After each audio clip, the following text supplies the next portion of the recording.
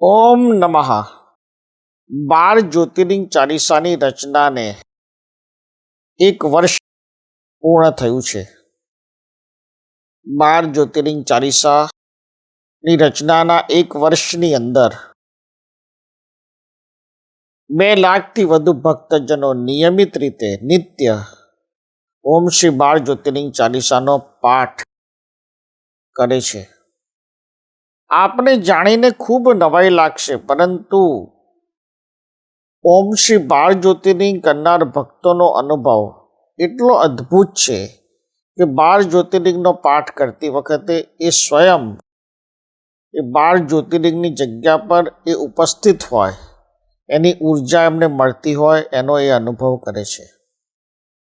12 જ્યોતિર્લિંગ ચાલીસાના વર્ષની પૂર્ણાહુતિ, એની રચનાના વર્ષની પૂર્ણાહુતિ થઈ છે. તે સમયે ઓમ શ્રી 12 જ્યોતિર્લિંગ ચાલીસાના માધ્યમથી આપની રાશિ કયા જ્યોતિર્લિંગ સાથે, આપની ઓરા, આપની જન્મ રાશિ જોડાય છે, એનું ફળ ભગવાન શિવની ઉર્જાથી આપને મળે છે, તે આજે હું જણાવી રહ્યો છું. હવે આપણે કર્ક રાશિના જાતકો માટે ભગવાન શિવની કૃપા અને એમના આશીર્વાદની અમી વર્ષા સતત થતી રહે, તે માટે ઓમ શ્રી 12 જ્યોતિર્લિંગ ચાલીસામાંથી કઈ ગાથાનો પાઠ નિત્ય કરવો તે આપને હું જણાવું છું. भीमा शंकर नाम है षष्टम, श्रद्धा और विश्वास का संगम. भीमा शंकर नाम है षष्टम, श्रद्धा और विश्वास का संगम. बैठे सह्याद्री पर्वत पर, रीजे भक्तों पे शिव शंकर.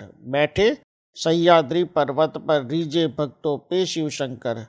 ज्योतिर्लिंग ये बहुत बड़ा है, श्री मोटेश्वर नाम पड़ा है. ज्योतिर्लिंग ये बहुत बड़ा है, श्री मोटेश्वर नाम पड़ा है. કર્ક રાશિના જાતકો ઉપર ભગવાન શિવની કૃપા, કરુણા આ 3 ગાથાથી વરસતી રહે અને રોજ નિત્ય પાઠ કરવાનો પુણ્ય ફળ, આશીર્વાદ અને ભગવાન શિવની અનન્ય કૃપા હંમેશા મળતી રહે, તે માટે નિયમિત કરવાની આદત પાડો. ભગવાન શિવની કૃપા અને ઓમકારનું દિવ્ય ચૈતન્ય આપનામાં રહે, આપની ઓરામાં રહે અને આપ અધ્યાત્મના પથ પર અગ્રેસર રહો, એવા આશીર્વાદ. ઓમ નમઃ, ઓમ નમઃ, ઓમ નમઃ.